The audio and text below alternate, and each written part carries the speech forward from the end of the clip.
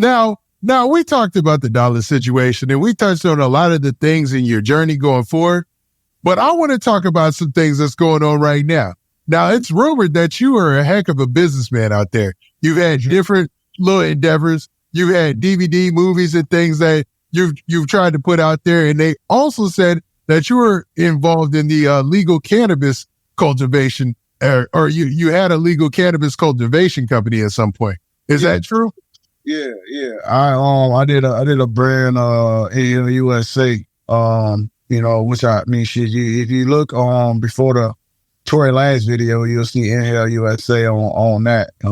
Before me and Tory dropped that record, that was something that I branded on that. But now you're talking about the song with Tory Lanez, Bad, that dropped in 20. Bad. Yeah, Bad with me and Tory. You know what I'm saying? I put the promo on there for Inhale USA in the beginning of that. But yeah, I did hands-on, like different. Like, you know what I mean? I grew hands-on, not, somebody just growing for me in a big factory and them putting out whatever smoke and me just putting my name on it. Like, no, I like from seed to sale, you know what I'm saying? Real from seed to sale track. And I started out growing in Detroit. Like I said, I was in the D for a minute. Me and this chick had a situation together. We started growing out. We grew for a patient law. We had patients. We grew for the patients, and then our overages we sold to dispensaries. And then when we got like premium, the like product to a certain notch, I started talking to different folks about coming in and partnering and expanding the brands. Where I did a partnership or a business deal with the governor in Oklahoma, and we did a nice facility down in Oklahoma together. Couple 10,000 square feet or whatever facility, grew product, hands-on as a cultivator, you know what I mean? I guess you would say as a master grower. So, created different strains, put out different strains, real top-notch quality, high-grade product, all, organic, hydroponics. So, I grew a lot of shit and jumped into that business, and it was just off of the niche of just wanting to do something different and watching plants grow and realizing, that was a lifespan. It's real life. Like, you get attached to these plants growing and you want to see them succeed. You see them in a spots where, you maybe gave them too much nutrients, or they shocked because they didn't get enough light, or they shocked because they got too much light, or and you overfeed them when you're getting root rot. Like, it's just a lot of different things that come into the cultivation side of it. And I took on that. It really started out in a relationship aspect. Me and this chick was together and we spent a lot of time together, and I was just like detaching myself from the music game and just wanted to do something different, had some money and wanted to jump in something. She ain't really had the money to put together the full play, and I did. So she educated me and schooled me on a lot of different shit on the growing aspect of it. And, we now business, you know what I mean? Now, are you still in the cannabis industry today? I mean, I got dibbles and dabbles and shit, you know what I'm saying? I have, I got a store that, supplies, cannabis growers. Like, I do have a store right now that does wholesale products for like lights, nutrients, soils, different fertilizers, whatever, anything that a grower would need. I have a store, Grow Green Hydroponics is a store just realistically for people that do growing. So if you grow product, you know what I'm saying, and you grow indoors, you need the, room controllers, the dehumidifiers, the ACs, the lights, the whole nine. Like, I built a good relationship with Hawthorne, and, I did a partnership with them to where I opened up a store to where you can come to my store and buy all the products that you need. If you're a grower and you got your license and, you're a cultivator, should I say, in that state, and you're looking for a premium product, I mean, I could put together a setup for you, you know what I mean? On spec, I'll put something together for you that probably yields you, 150 pounds every 11 weeks. So, I that's start to finish, complete product, done, dry, cured, ready to go retail, ready to go to the store. So I perfected that, you know what I'm saying? Top notch product. And, I've been dibble dabbling with that for a little bit. And, it's been something that's been good. But the store side of it, I'm also messed with. I've had farms in Oklahoma, farms in Michigan, a farm in Cali, a little bit of Cali, but Oregon. I got a couple buddies that got a couple cookie stores and stuff like that, to where we grow premium product and support each other. With the trade in terms of cookie and introducing new strains and stuff like that. So, yeah, I mean, I jumped into that and messed with that real heavy, but right now I ain't super heavy on that. Right now, my focus is on like racing. I'm doing a lot of racing with my son right now. Like, we're doing a lot of motorsports racing, but I did, hands-on grow the product first and grab the knowledge and understand everything that's going on with it versus just slapping my name on something and saying, hey, smoke this Two Pistols OG, or smoke this, whatever. Like, nah, like, I grew this, and this is from me to you. So try it. It's great product.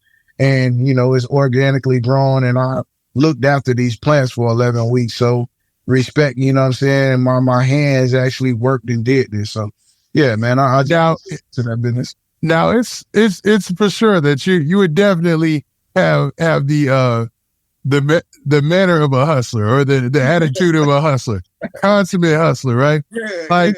Even the sales pitch there was amazing. Now, you know what I'm saying? Like, but one thing also I noticed is you're an early adopter, man. Like, you got into cannabis way before everybody else was talking about that, right? And something else that you're doing early is you experimented with country music. So what's up with your song Southern, what is it? Southern Boy Dreams, Southern Boy's Dreams, and your new take on kind of this blend that's going on in music, with country music and hip hop.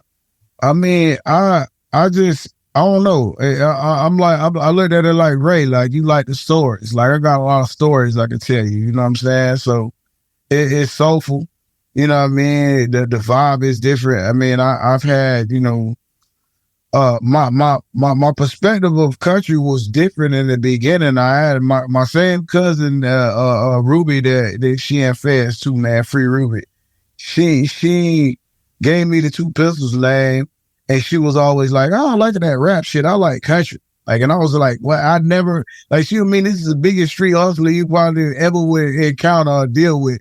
And this is like back in, like, I'm talking about 2000, early 2000, you know what I'm saying? Or shit, the 90s. She was on I Like Country. So it bumped me up because I never thought she liked country, but now I get it, you know what I mean? But country, I got a record, Southern Boy Dreams, with Cooper Greer, which is mixed and mastered, here over at the studio, a Tunnel Vision, you know what I'm saying? They did their thing on that. So I jumped into doing that just because it felt good. The song sound right, and my partners on the Cannabis tip, Rob from what do you call it?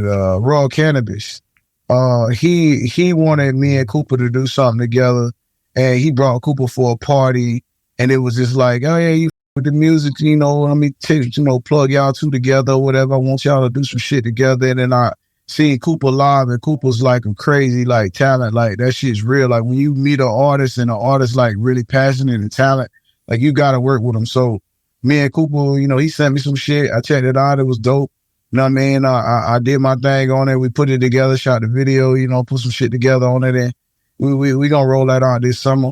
But we got plenty more other records that we gonna do together.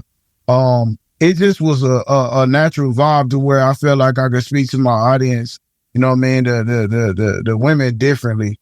And, he got a nice hard, female fan base that's nice, you know what I'm saying? The woman is there for him on his shit and support his. So I felt like if we master two together, it would be nice. And then everybody just started coming with all these country records. So it's popular now. It's popular now, man. Yeah, it's popular. We did this record a couple years ago, you know what I'm saying? And it was just like, it was something like, let's just do it. And then Nas just started. I mean, Nas X had his record, but it wasn't nothing that was catered towards the women. I mean, Nelly had his record, too, but it went, you know what I'm saying? I guess this record was kind of catered to women a little bit from back in the day. So that made me feel a little bit more comfortable with it because I was like, man, you know, Nelly had that record back in the days and it went too bad. So, you know, I don't think that it would be too much of a crazy look for me. And both of us kind of came from the Universal brand. So I think it might be all right. Let's try to do some shit. And then when he sent me that one, as soon as he sent it to me, like I came up with some shit to it. And that'd be like the ones where it ain't no struggle to write nothing to it. It was like, boom, all right, cool. I got some shit for that. Let me go and drop that. So it being that it came to me so quick, it was a good vibe. So we gonna do some more. We gonna do some more, like for sure. We gonna drop that one and see, you know what I'm saying, what the people think about that one, and then we gonna drop some more shit or whatever. But yeah, I'm definitely feeling the country vibe, and it go with the motorsports. It go with, you know what I'm saying, everything else. I mean, the cannabis. I mean, it go with everything else that I'm kind of already dealing with. So it kind of married each other. You mean?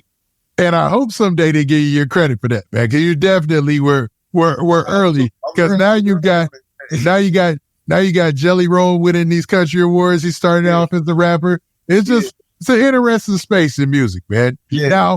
Now, Two Pistols, we've taken up a lot of your time today, man, and I appreciate it, man, because you've got one heck of a story. I just have one last thing to ask you before we get up out of here. Sure. In your time, it was very different. You know what I'm saying? Mm-hmm. Guys always made songs about ladies and they were hits. Like you could make a song about the ladies and you kind of just touched on that a little bit and it was a hit. Do you think there will ever be a resurgence of that time where guys can really, you know, be rappers, be about their gangster, be about being a hustler, you know what I'm saying? Or be about a street dude and still, you know, make those songs that get everybody moving in the club and the ladies appreciate them because it's kind of a homage to them being out there. You know what I mean?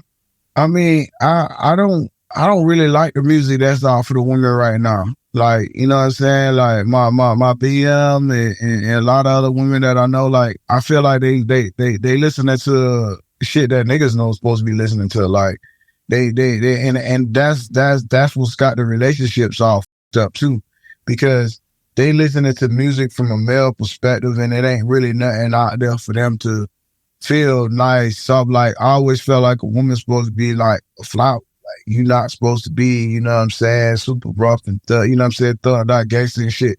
Like you a woman, like, you know what I'm saying? It's just you supposed to be catered to differently. But the shit that's out there for them now is making them hard. You know what I'm saying? It's like I can't really, you know what I'm saying? I don't know. I don't think that there'll be a time where that music will really, I guess, in a sense, come back. What will happen what will happen for them will, you know, they'll mature. As they get older, they'll appreciate the music that, you know, I put out, that, you know what I'm saying, Tank and Boys to Men, what's your boy name? Keith Sweat. Like they'll appreciate that old school vibe to it because it caters to a woman, you know what I'm saying? Yeah, and you hear that in your music, like the way that you talk about, like you, T-Pain, Plies at the time, Rick Ross at the time, the way that you talked about women in the music was kind of like bigging them up, but it's like, yo, it was like a feminine way of not feminine way of you guys talking to them, but kind of like a masculine approach at almost gaming to them, like I tell them, you got it, you're the one. All those songs, you see what I'm saying? Like it was an interesting time, man. And I think that was a good time for music. Right now, it's like you said, you've got the guys, they listen to their music, which is mostly for some reason a lot of drill and stuff like now. Yeah. And then you got the ladies who listen to their music. The same shit. They listen to this, but see, it comes with maturity. You know what I'm saying? Like this music shit, I feel like it's a young man sport. You know what I'm saying? So like when you younger and you making certain shit, like your perspective on women is different from your perspective on, you know what I'm saying, or your perspective on a man is different too when you younger as a woman. So like as they mature, then they'll be different. I think that old school wise, that music was there, so we weren't mature yet, but we used to listen to that and feel like, okay, I'm coming up to maturity of what a man's supposed to be like or what a woman's supposed to be like. You know, we're listening to something that my mama or whoever listens to, you know what I'm saying? But my mama used to play a lot of Anita Baker in the crib when I was growing up. She'd clean the house on, you know what I'm saying, Saturdays and listen to Aretha and Anita Baker, you know what I'm saying? And have me get up there and, you know, perform like I'm somebody. I used to play like I'm LL all the time. My brother used to play like he was Big Daddy Kane. You know what I'm saying? So like, Yeah. it was like that was something that was kind of instilled in me growing up. You know what I'm saying? So I think that they ain't got that. That's what's missing. That's the vibe that's missing. I mean, it is what it is. It's just the younger generation. I mean, anything from like, I'm gonna say 98 back is you know what I'm saying? Anybody that's from like 98 back on the birth side of it, that they grew up a little bit different. That shit was a little bit harder. Like, I mean, the 90s was just different, you know what I'm saying? So you can't really like, I mean, the music was a certain way in the 90s, but they was so little they ain't know what was going on. So by the time they got up to, you know what I'm saying, a certain age bracket, they ain't really respect that space of that music. So, you know what I'm saying? That's just what it is. I mean, I don't see it, you know what I'm saying, being really any different until they mature. All right, well said.